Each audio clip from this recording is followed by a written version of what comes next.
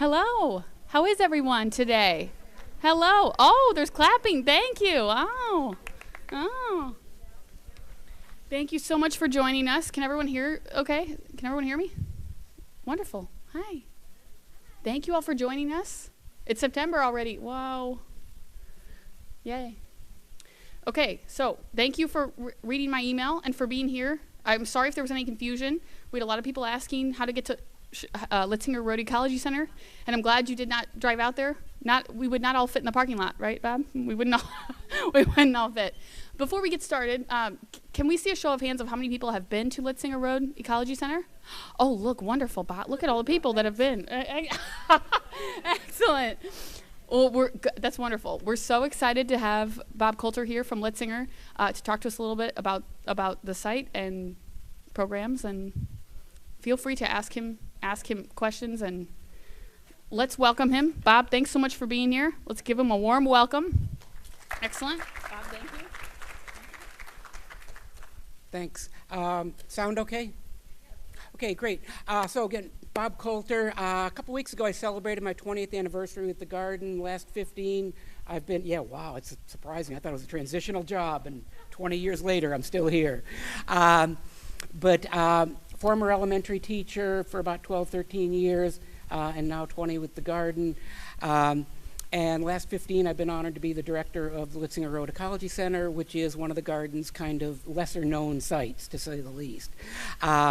Give you a little bit of background on what the center is, where it fits in the garden ecosystem, and from there, quick overview of the site, talk about the education programs, give you a sense of what your fellow volunteers do there, a couple of coming attractions that are coming to us, one that's going to be a major challenge, one's really cool.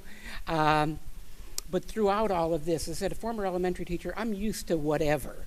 So if you feel the need to launch a paper airplane or whatever, go for it. But seriously, don't feel like you need to save questions or such till the end. Happy to tend to things as they come. Okay. So big picture, Litzsinger, you don't see it much like in the garden bulletin and stuff, primarily because it's not open to the public, in the sense of being a public venue. Like your friend comes here, they can pay their whatever the admission is these days, come in. Same for the Butterfly House Nature Reserve. Litzsinger is not set up that way, primarily both because of what we are and what our mission is, but also we operate under a special use permit from the city of Ladue, one of the clauses of which is we're not open to the public. So, so that's just part of the space we operate under. Big picture on that is programs are essentially pre-booked, pre-arranged, 8:30 to 4:30 Monday to Friday. Daylight savings time, we can be there till 5. Little things like that, but just to give you a sense of kind of the ground rules that we play under. It's been around since I've facetiously said in other presentations, you pick a date in the early 90s, I can say, yep, we started then. Different starting dates of like when the agreement was worked out between the garden and the Litzsinger Road Ecology Foundation, which owns the facility. I think our first students were in 94, give or take a very little bit, and cruising along since then.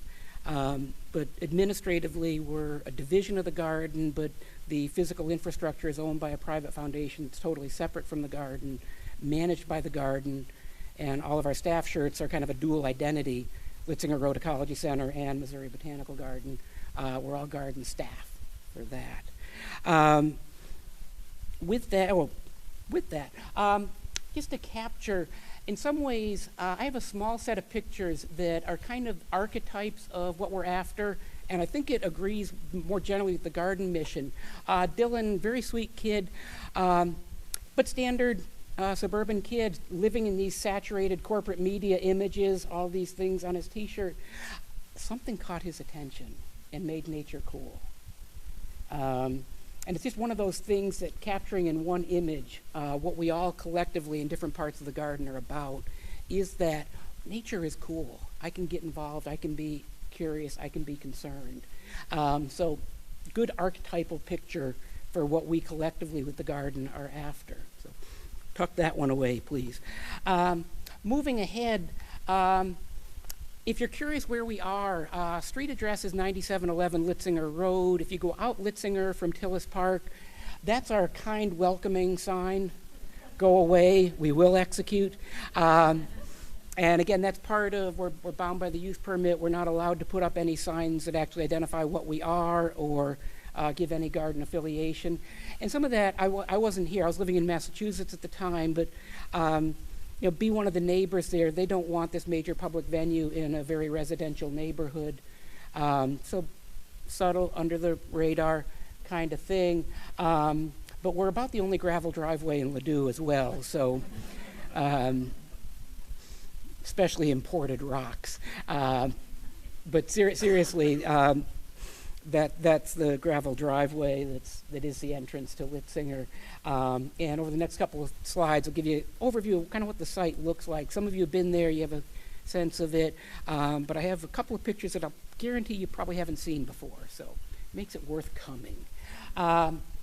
3 major ecosystems, about 10 acres of reconstructed prairie, bottomland forest adjacent to the creek, and the creek, Deer Creek, runs roughly from around Plaza Frontenac down through Ladue, Rock Hill, Webster. I believe for a while it's actually the boundary between Rock Hill and Webster. Runs into River de Pere out to past City of St. Louis, River de Pere, down to the Mississippi and out. During our flood, some of our stuff is now in the Gulf of Mexico, which it's okay. Actually, a very talented teacher. She connected Litzsinger to the oceans that way. And this was Katie Lotus, St. Joseph, and Frontenac. And they needed to do oceans, and a way to make it very tangible for her kids was to do some water testing at Litzsinger. And in essence, you may have read about the, differently phrased, but essentially the algae blooms and such in the Gulf of Mexico. What's the impact of all of the fertilization going on in these lawns in the suburbs that ultimately will get to the Gulf of Mexico? It's a nice connection, creative hook for the teacher. But anyway, so those are the 3. Prairie, woodland, creek is the major ecosystems, without getting too detailed in the ecology, which is good because I majored in sociology. But the prairie. If you've read Little House on the Prairie, all those concerns that parents have, don't want to lose the kids in the wagon trains. You go out in the prairie this time of year, that's pretty intense. And that was actually a picture I took yesterday holding my camera up. So it's definitely up over your heads there. But during the winter it goes back. However, we do have to fight back periodically. That was a view outside my office last time we did a burn. That's always a volunteer highlight too, to come when we're doing a burn. But if you're familiar with the ecology, we burn about half of the prairie every year with the idea of getting the nutrients back into the soil, getting the so-called woody plants out. So it's just good ecological management. And it's fun to light the place up. Where else do you get to go to work and light up your workplace? But very cool. Occasionally we have students that happen to be there that day, and they will watch from a safe distance. Good volunteer party, pizza, and then we go to work, lighting the fire. A lot of volunteer work around the perimeter, keeping the fires from going out. But again, total about 8 or 9 acres. Litzsinger as a whole is about 34 acres. Prairies, 8, 9, maybe 10. My favorite prairie story, though, this is actually, you'll see this on the very front as you're coming along Litzsinger Road.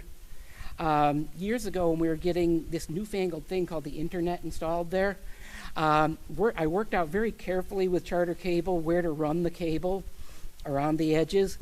And they had it all marked out in that cool orange utility paint. They sent a different crew out. And why mess up this nice lawn? Let's just go right through the weeds. Oh, yeah.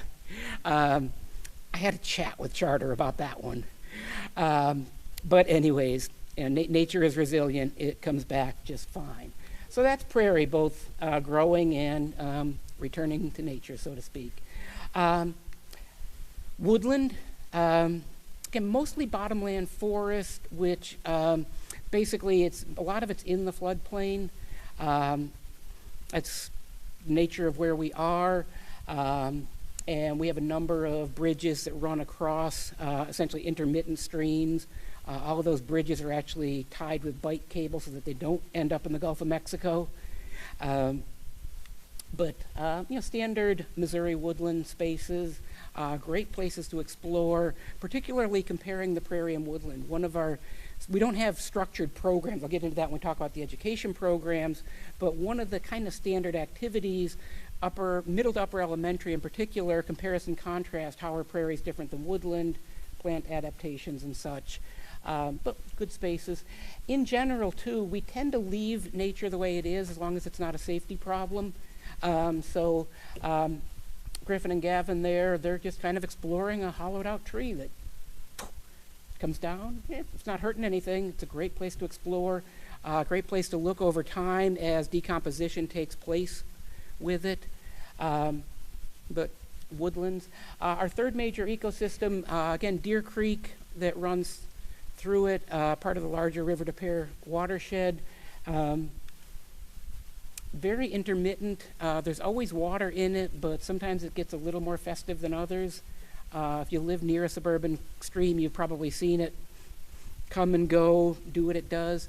Nice bit of ecosystem, though, in terms of again, another ecosystem to look at with the kids. I'll show you a very cool project coming up. But some fish, some turtles, kingfishers that will go get their breakfast in the stream, all good. Occasionally, though, it gets a little uppity. That was my house, the former director's residence, or former residence of the director, I should say. This was 2008 when Hurricane Ike came through. Tail end of Hurricane Ike came up through from Texas up through the Midwest. I think 4 people actually died that day. We knew we were going to get some heavy rain, so we had plans in place to deal with it, but that's not in our contingency plans. But anyways, it came up really quickly. I don't know if you can see through here. That's the second floor of the garage, and my cats and I were up there kind of waiting out the water. And as it started to come up, okay, this is getting a little bit more than I want. Call 911. Oh, no problem, we got you covered. Next day, the assistant fire chief for Ladue comes by just to see what happens. Oh, we didn't know you were here. Bureaucratic fun. But anyways, we did end up recycling the house. Wasn't really worth redeveloping in the floodplain. But consistent with the garden's mission, about 60% of the house was recycled, which was pretty good, ranging from door frames and stuff that went to the Restore, the Habitat for Humanity house, foundation and shingles ground up for road pavement. So a relatively green destruction, and I live in Kirkwood now. All good. So again, about 34 acres there. And you'll see an aerial photo coming up with one of our coming attractions to give you a better anchor of where it is. But questions, thoughts about the site before we move into programs? Yes?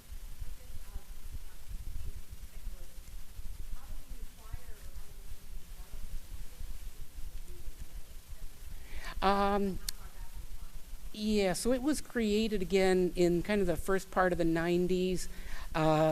A family that we tactfully don't share widely, but as part of their estate planning, they left grounds and a non-trivial fund to establish the center and the foundation. So, very good, beyond standard philanthropy, which is incredible by itself. This was a really creative sort of way to create a community asset as part of their estate planning. Yeah. Other questions about the site or the basics of the center before we get into programs? Okay, moving along. Programs. Correct, you all are education volunteers for the garden, right? Just be sure catching the right audience, plus or minus a bit. Again, happy to field other things. We do also have Horton restoration volunteers that I can loop into as well. Probably the big picture thing to exchange. One of my mandates when I took over as director was kind of rethink, where does Litzsinger fit in the garden ecosystem? With multiple sites, there's no point in the garden having essentially the same offerings everywhere and just divide and conquer. But rather, what are we doing that is part of the larger need that we can collectively address?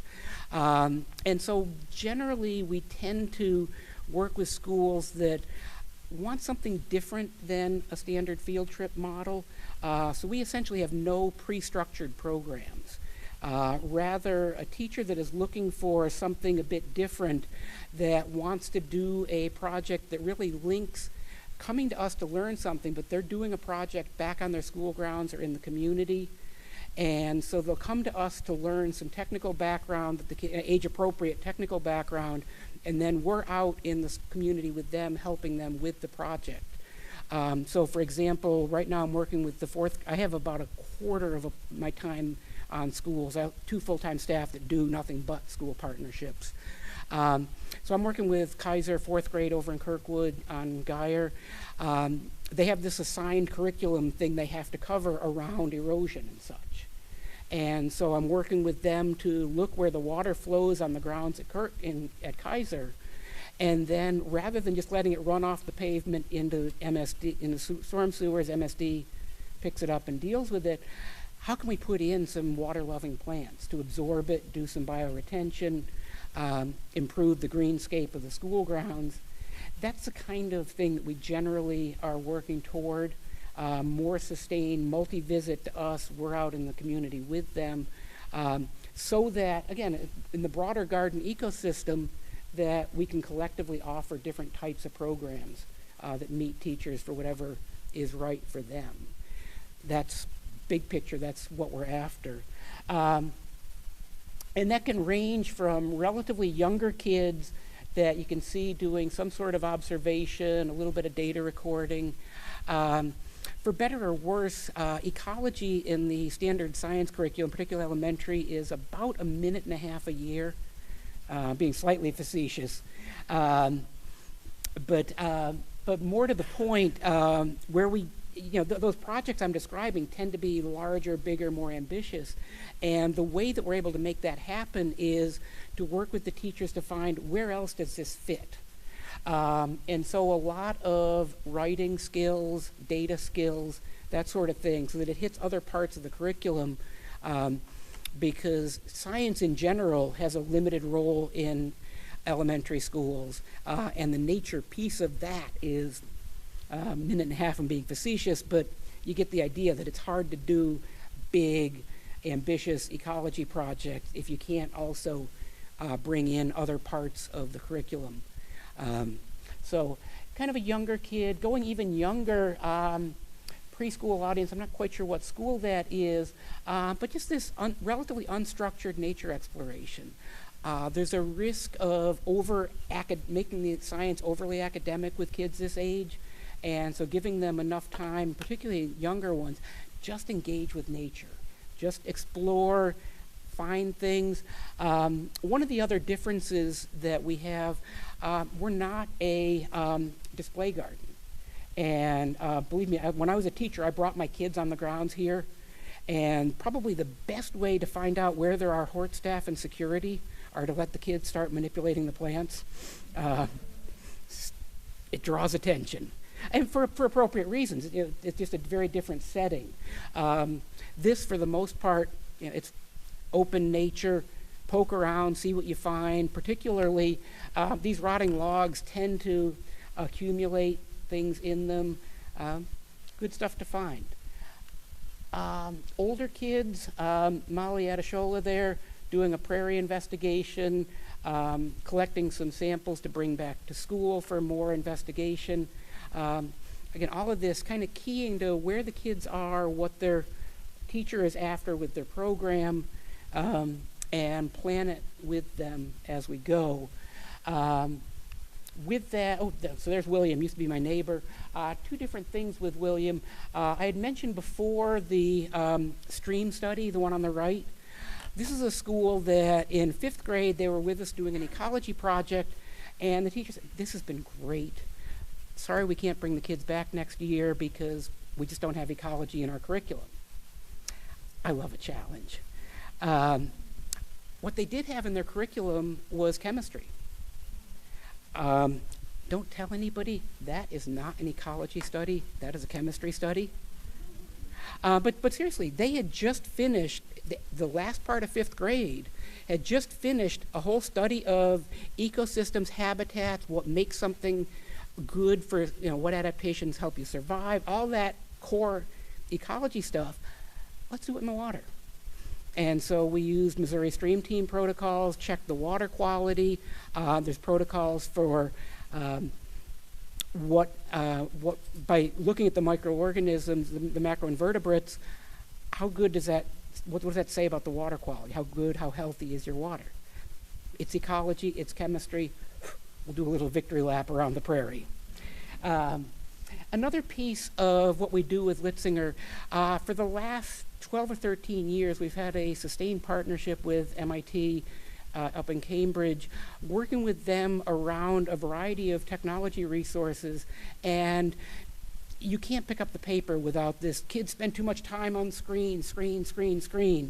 And rather than do an either or kind of thing, what we've jointly been investigating for those 12 or 13 years is what are ways to use the technology that isn't a replacement or a distraction, but rather an extension of what you're doing.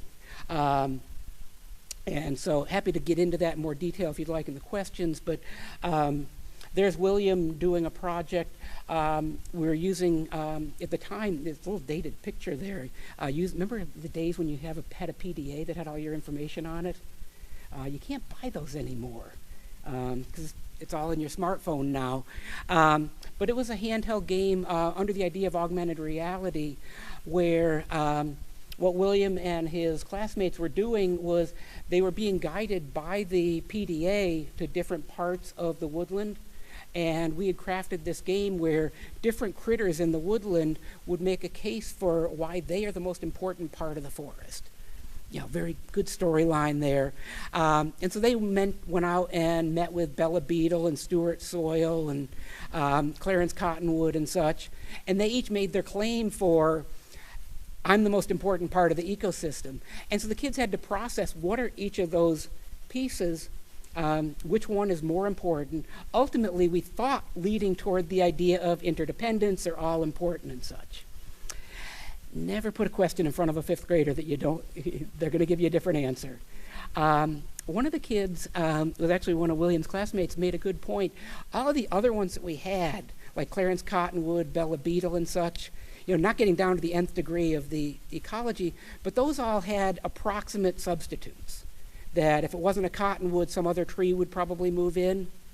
What they couldn't get their head around was, is there any real substitute for Stuart Soil? Well, okay, good enough. But again, the idea that being guided to different parts of the ecosystem, having some information shared with you in a structure that processes how do these interact, good stuff to be doing. Particularly setting up for a standard classroom that doesn't have the benefit of small group leaders. So that was a project we were working on for a while. Right now we're working on a different project with some computer modeling that's meant to extend kids' field experiences. So looking at ecosystems, looking at air pollution, that kind of thing. But it's another branch of the garden's education work that often doesn't get a lot of visibility. Happy to explore that more as we go. Moving right along, thank you, William. What do the volunteers do?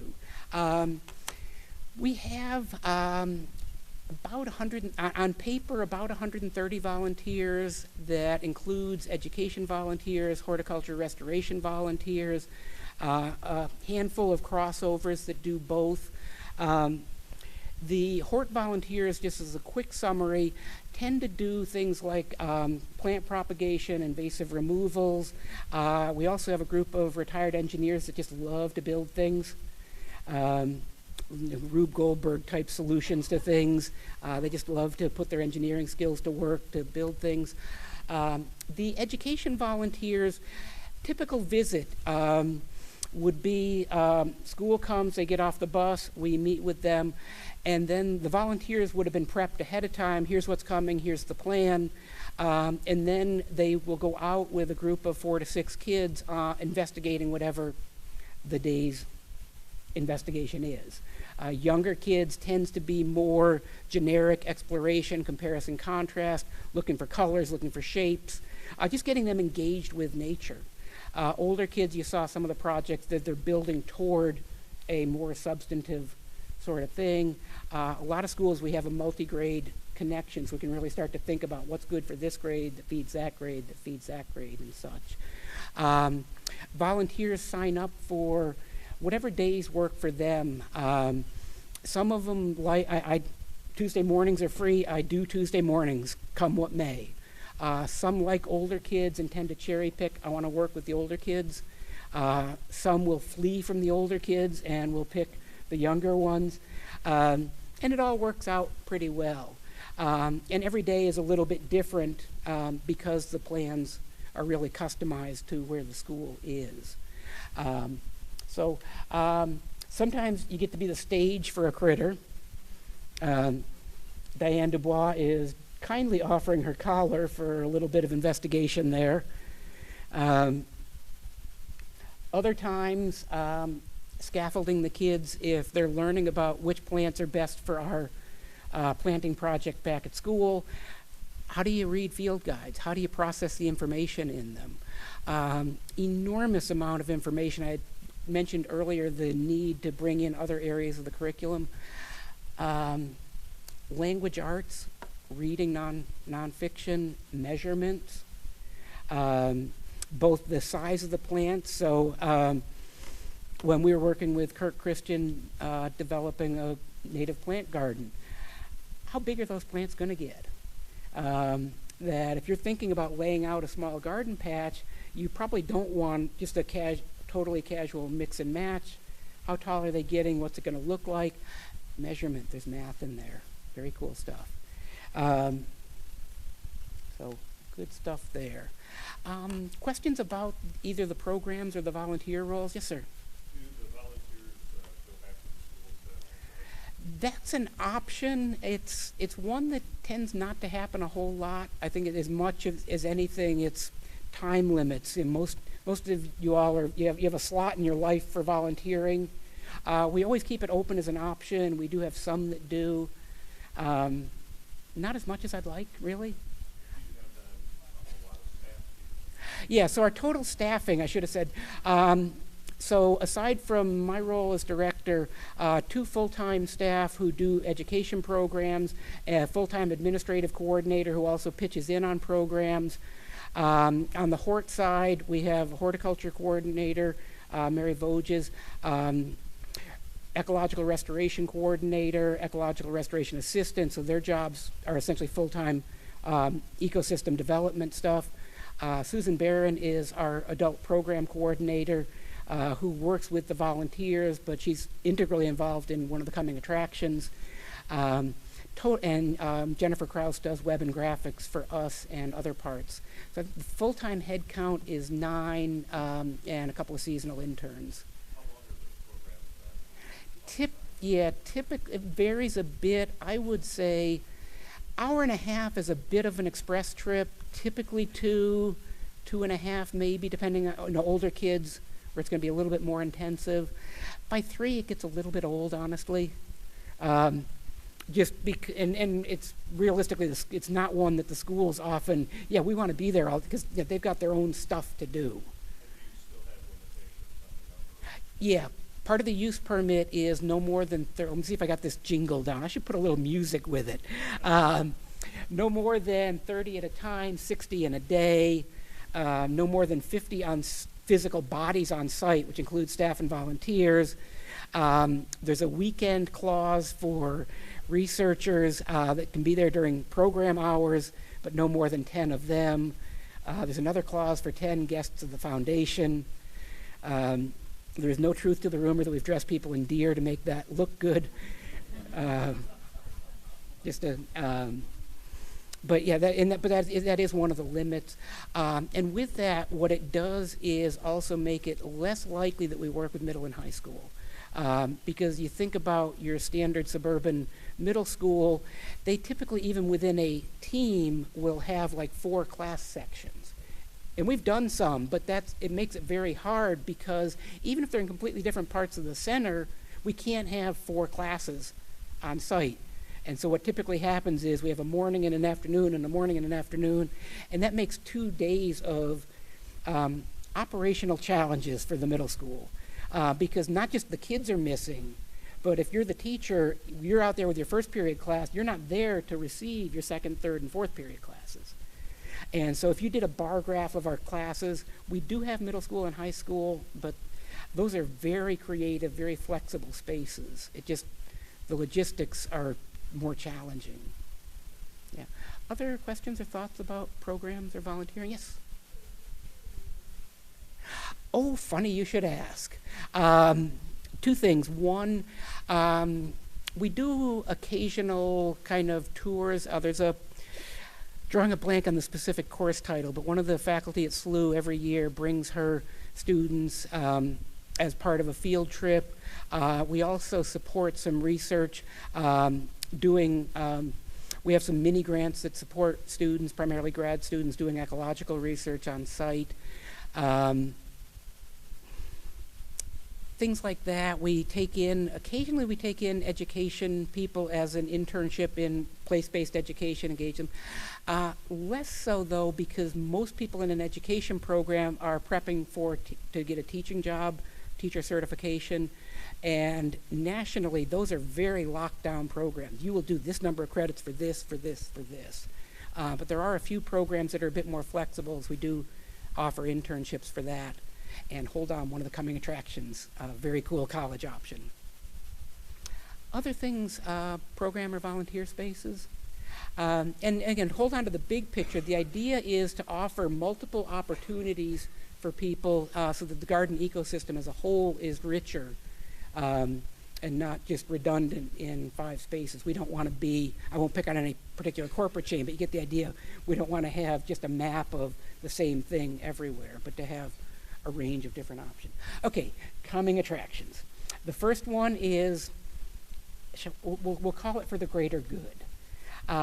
You've probably seen in your MSD bills and various trucks around the Project Clear project.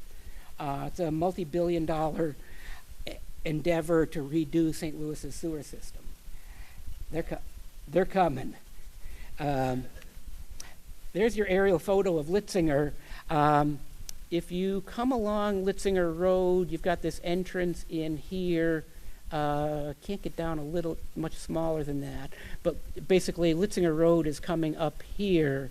And so MSD is going to be coming across the Overbrook subdivision and basically follow the red and yellow lines. They're running a path 85 feet wide end to end, total clear cut. It is what it is. Plan A was right down the middle, so I've reconciled myself to being on the edge. But it's going to pose some operational challenges for us. But again, with greater good, certainly St. Louis needs to update its sewer systems that are a bit dated. We tend to have E. coli problems in the creek when get heavy storms and such. So there is a greater good there, but it will pose some operational challenges. Timing is roughly 2020, plus or minus, however quickly a public utility project comes. It's a lot of land movement. It's not something that necessarily runs on an easy schedule, but is what it is, and we'll deal with it. We'll manage it. My restoration staff think of it as job security. Because seriously, they actually my youngest one is low 20s, and you think about the trees that are being taken out there; those will not be fully regrown in his career. And that, it just is what it is, kind of thing. So that's our greater good coming attraction. But I'm sure that once it's done, it'll actually create some really nice planting projects, both simple things that kids we generally work with could do, but to your point about colleges, a lot of workforce experience. I imagine, we're still figuring out how to do it. I would imagine that we're going to be able to hire more seasonal staff, more planting work. There's going to be a lot of work to do with the restoration that comes with that. And it's a chance to actually think about what's there. Generally speaking, our programs run through here, the bottomland forest, prairie. This side over on the other side of the creek, we tend not to do as much with, and so it's been left to do what it does. So in some ways, it's getting cleared. Now we can think about what we want to do with it.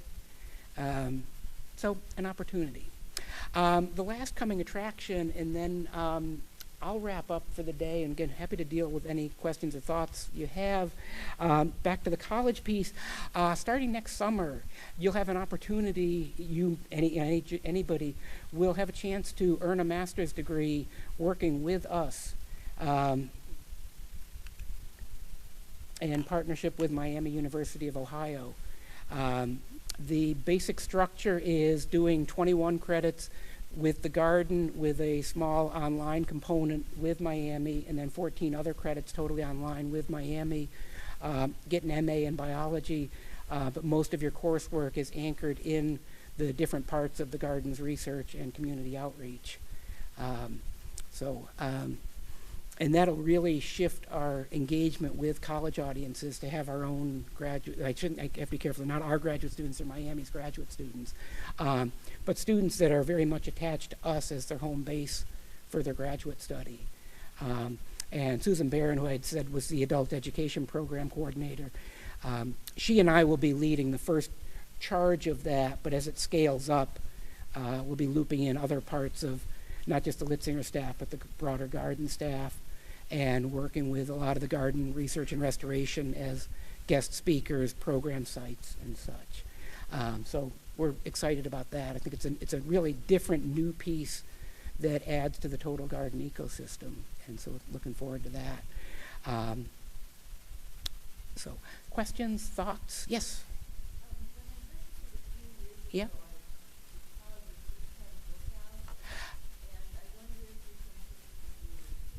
Yeah, so just published my second book, actually. They're academic books, so nobody buys them. That's life, which is okay.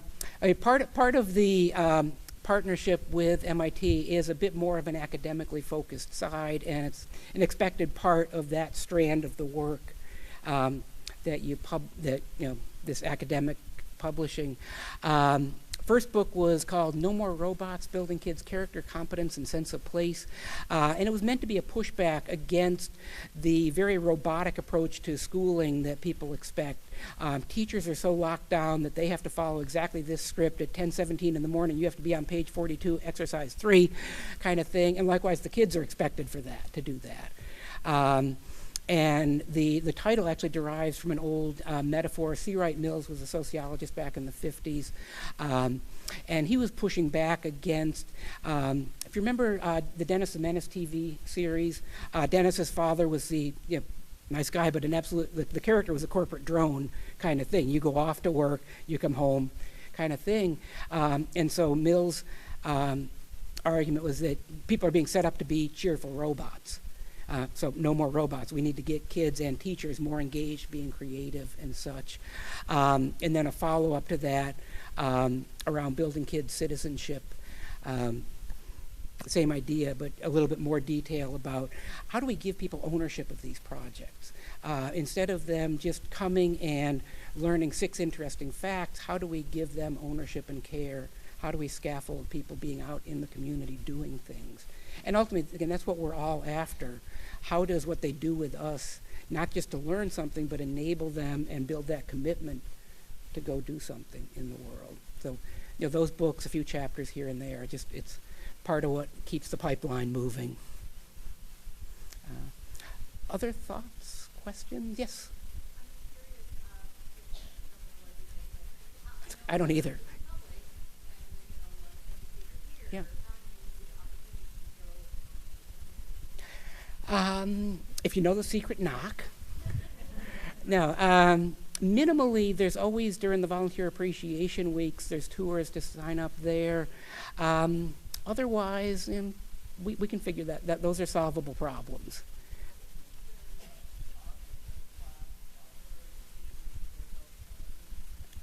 Not through the adult classes because generally those are weekend and evening, which we can't do.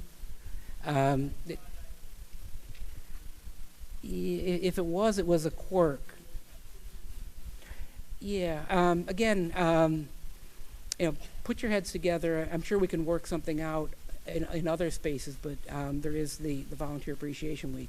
We could figure out other ways to have you come explore. And ultimately, we have to move away from. It's so easy to get locked in our own silos of what we do, and being aware of the broader ecosystem of the garden is important. So.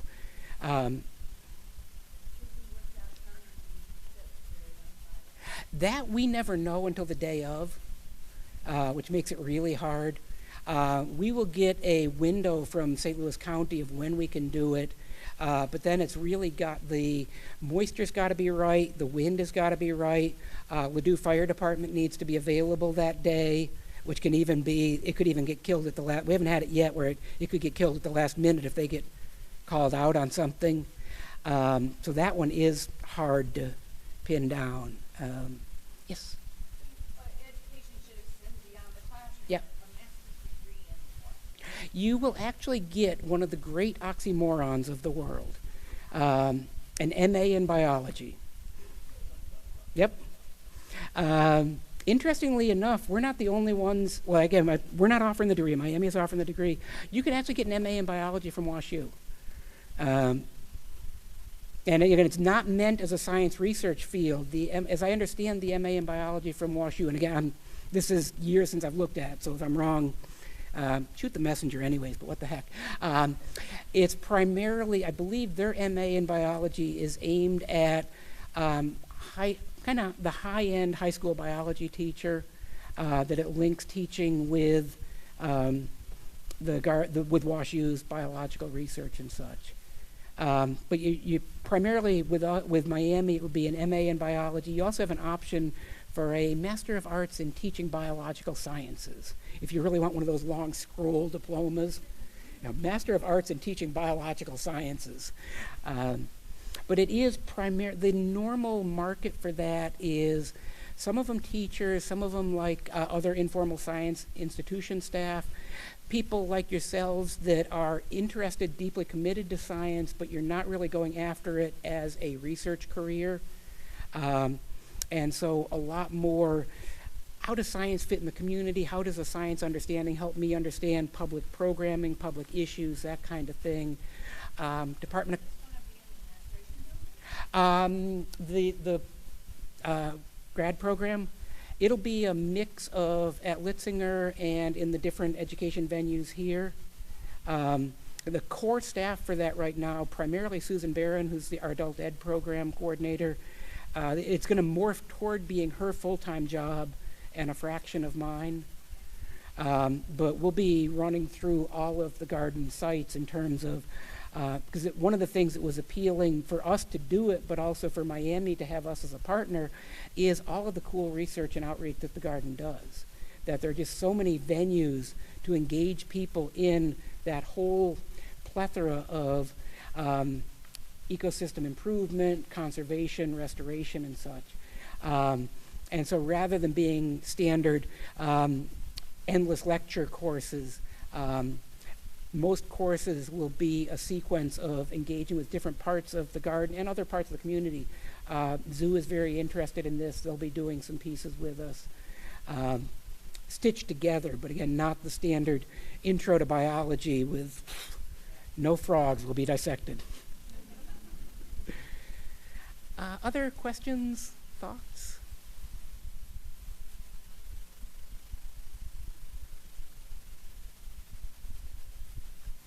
You're letting me off too easy. Okay, well then, thank you for coming.